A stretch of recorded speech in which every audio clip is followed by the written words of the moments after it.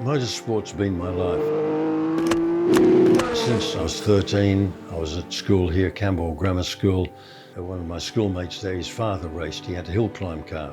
And I went around to his house one afternoon, saw the car and the light switched on. So I've sort of been in love, the only way I could explain it, with motor racing since 13. The first races I saw were here at Albert Park. The days of Sterling Moss, John Barra, Lex Davison, Stan Jones, Alan's father, Doug Whiteford, all those great Australian race drivers.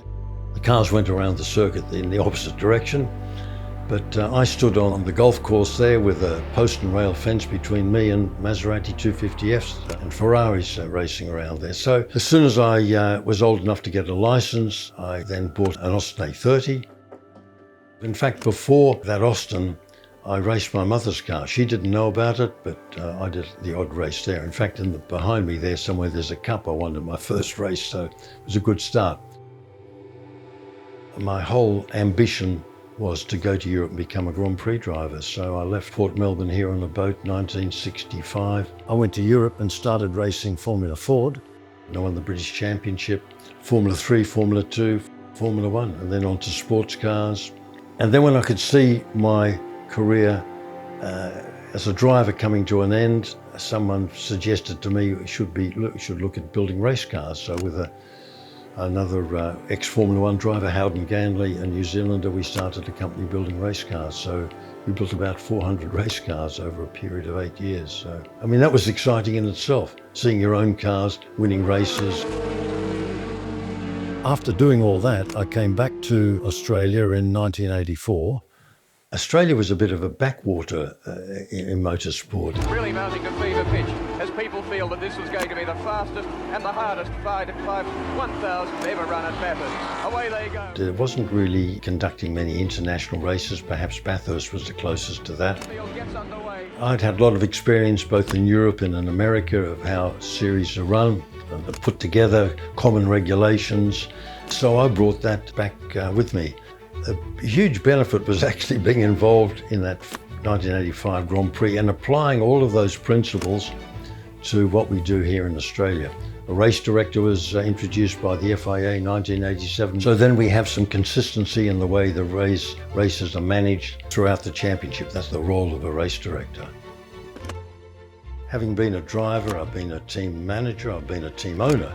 So I have an appreciation of that side of the business, which helps tremendously when you move over and you work on the administrative side. I mean, and that was quite a big change for me. However, the great benefit is I can see any issues, any matter from both sides. Up in race control, Tim has a very important job. He manages and controls all the track marshals around the circuit, deploys them when there's a recovery. And he does that by teamwork. He brings people together. He knows the sport really well and he just wants to improve the sport, and that's what he does. He gets along with people at all levels. I mean, he does a fantastic job. He's a leader up in race control and across the world, even the FIA in Formula 1, he's very highly respected. I guess the best way to describe the Clerk of Course is it's a bit like being a CEO of a company.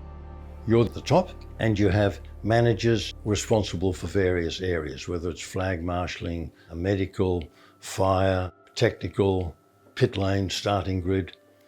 So you have people at that level, but at the top of the tree, so to speak, is the Clerk of the Course. So when something goes wrong, they come looking for the Clerk of the Course. In 2025, we'll see Dave Murray as the Clerk of Course. He's got fantastic experience. I know he's really looking forward to it. Tim will be stepping back, but he'll be never stepping away. He's got all that experience and knowledge, and he'll always be around and he'll always be welcome. I still do a lot of work for the FIA, mostly track inspections, track certifications. I'll be in Madrid in February this year at a race director seminar.